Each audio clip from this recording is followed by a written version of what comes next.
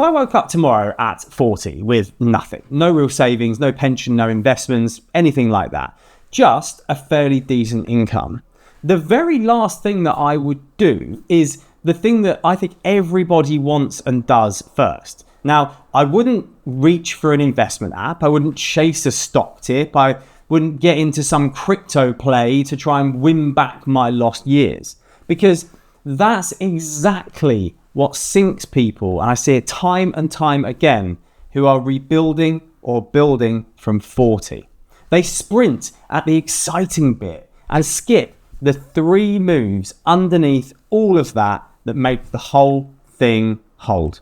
So here is the order, the exact order that I would do, or to be honest with you, tell anyone to do if they were in that position. And it ends, as you can see, with investing, not starts. And the very first step has got absolutely nothing to do with money, because before you go near a spreadsheet or an investment account, you have got to sort out the psychology, the why. Now, when I first started out in this job, back around 2010 now, I shadowed an advisor who'd been around for like 35 years at that point. Now, he was a really old school guy. And this was also in the era before we used to turn up to client meetings with like iPads and slick cash flow modeling software and all that sort of stuff. So this advisor ran his whole practice with just physical folders. And when he got a new client, they'd sit down in front of him and he would hand them a stack of like regular post-it notes, and he would ask them to write down in their own words exactly why they were saving or investing or whatever the plan was, why. Then what he would do is he'd get them to stick that on the front of each one of those physical folders. Now, the notes never said to build wealth or financial freedom. They were painfully specific, right? Sophia's university fees, retire at 60 so I can finally buy the boat, debt free by 45. And I remember one time where this all played out beautifully. I was sat in a review meeting once with that advisor, and one of his clients who like earned really, really good money, but was going a bit cold on his monthly savings and investments. He wanted to live a little bit more for today. He wanted a bit for the weekends. You know how it goes, right? And I remember the advisor, he didn't argue, he didn't lecture him, he didn't tell him he was making a decision. I just remember it was so cold. He literally just slid these folders across the table and goes, absolutely no problem at all. Which one of these would you like to stop? And I watched this guy stare at these folders with his own handwriting on, his own daughter's name, his own retirement. And I just remember his face at the time, because cancel direct debit had quietly turned into give up on my daughter's head start. And guess what? He didn't touch a single one of these things. And that is the whole thing, really. The mechanics, how things work, what happens, are useless without something kind of emotional to pin them down, the motivation. The why is the only thing that holds you steady when the market's falling, or when things like lifestyle creep start whispering in your ear, get a bigger car, go on holiday more. Now, it's all a balance, right? But that's really, really important. So again, if I were starting over, I would genuinely sit in a quiet room and get properly specific about what I'm doing and why, what I'm building, not get rich, not arbitrary things like that, but the exact freedom that I'm actually trying to buy or build towards. If you get that ironclad, it all just honestly gets way easier from that point. Trust me. And then, only then, I would turn the lights on. And this is the bit that sort of people can't really stand, because what it means is being brutally honest and actually looking into the eye of the beast. You cannot plot a route or a direction if you won't admit where you're currently stood. Look, in my one-to-one coaching, I see this constantly. People pulling in 80, 100, 150 grand a year, but living in total chaos. A massive wave of money lands in on payday and a massive wave goes straight back out again, right? Mortgage, car finance, subscriptions, lifestyle. And they're stuck in the middle of this riptide with no real idea with what's going on. And half of them won't even open the banking app. I've been there. I know it myself. Because they're scared of what's looking back at them, the reality, staring into the eyes of the beast. So again, I would give myself one full day for a cold, brutal, unemotional audit of where I currently stood. Strip out all the shame, strip out all the regret, and just look at the numbers like they are just digits on a bit of paper. Because they literally are. People get so wrapped up with emotion of money. It's just digits on a bit of paper. And once you get your head around, I promise you, get your head around that concept, I promise you, you will start to build wealth quicker than you would have thought before. So what I would actually physically do is I would put together two simple lists. The first one, what I own versus what I owe. So like a bit of a net worth statement. So, property equity, cash, old workplace pensions that you've forgotten about, all the bits that you've got. So that is what I would do. I'd get all of that sort of stuff. And then all the other bits, the credit cards, the loans, the car finance, all the other bits that what you owe. And the second document that I'd pull together is what actually lands every month against where every last penny actually goes. And here's the odd part. The second you get a grip on all of these and you clearly understand what's going on, the fog just lifts away. People nearly always kind of walk away from these sessions with two things that they've realized. Firstly, they're not as far behind as they feared. Honestly, you would be staggered how many forgotten pensions turned up, or how when you look at it on a cash flow model, it doesn't look as bad as you first thought. And the leaks in their spending suddenly stick out like an absolute sore thumb. I cannot tell you how important it is to do these two things. So now you've got, hopefully, the data and the why. Now we can start building the machine. And there's one truth that I'd hang everything else off of. You can own and have the cleverest investment strategy on earth, right? Brag about returns all day long. An absolute Ferrari of a portfolio, right? But if there's no petrol going into that tank, that Ferrari's not going anywhere, is it? And the petrol is just how much money you can feed into this thing every single month. That's the number that matters way more than return. I mean, look, would you rather make 5% on £10,000 or 10% on 1,000? The amount that you can put in and build beats a clever high percentage every single time, especially early on in your journey. And the reality here is that there are only kind of three ways to get more petrol into that tank.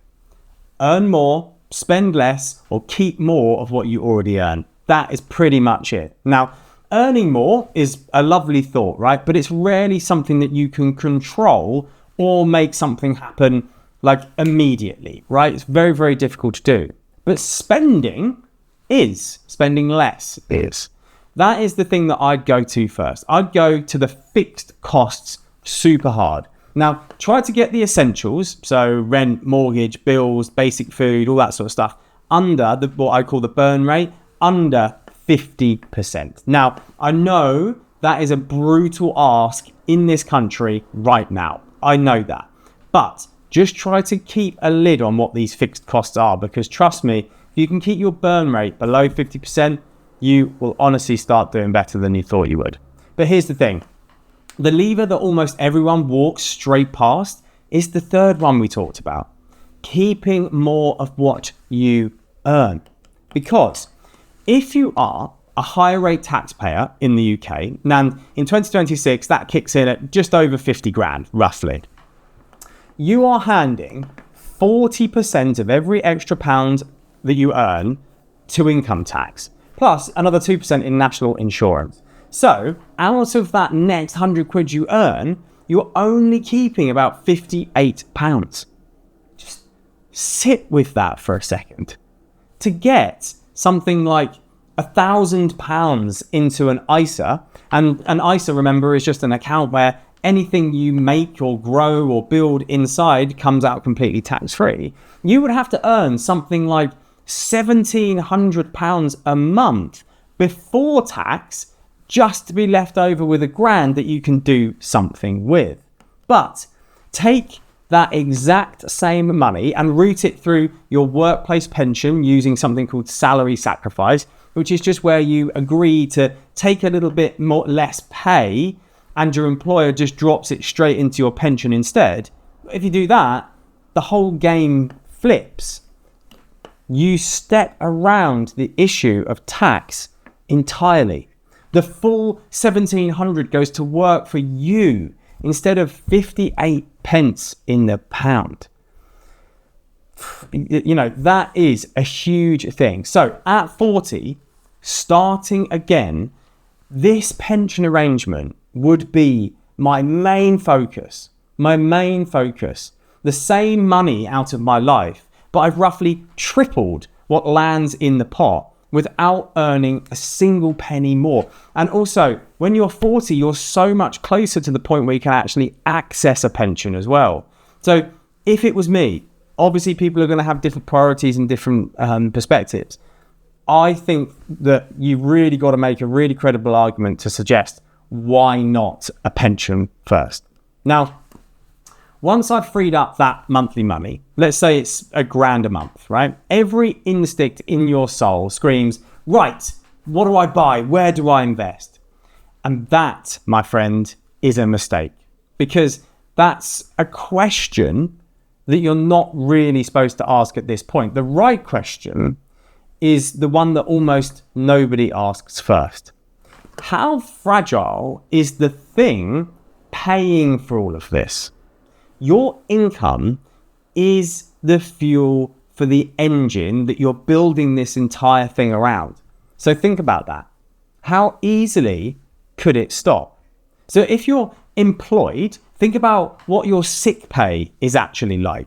So if you are, for example, in something like, let's say, for example, NHS workers, right? NHS workers typically get pretty good things like sick pay and employer benefits. So you might get like 6 months full pay, 6 months half pay of sick pay if you're ever to go off work. Like if you were in that position, you'd say to yourself, okay, yeah, my engine, my fuel is pretty well protected.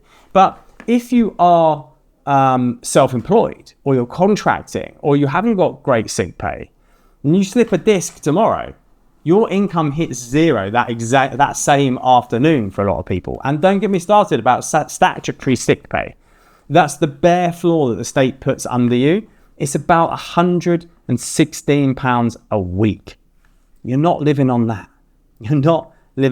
So if the income stops, the rebuild, the building from 40, doesn't politely pause and just wait for you to keep going. It caves in, because you end up sort of raiding the little bit that you've already started to build just to get by.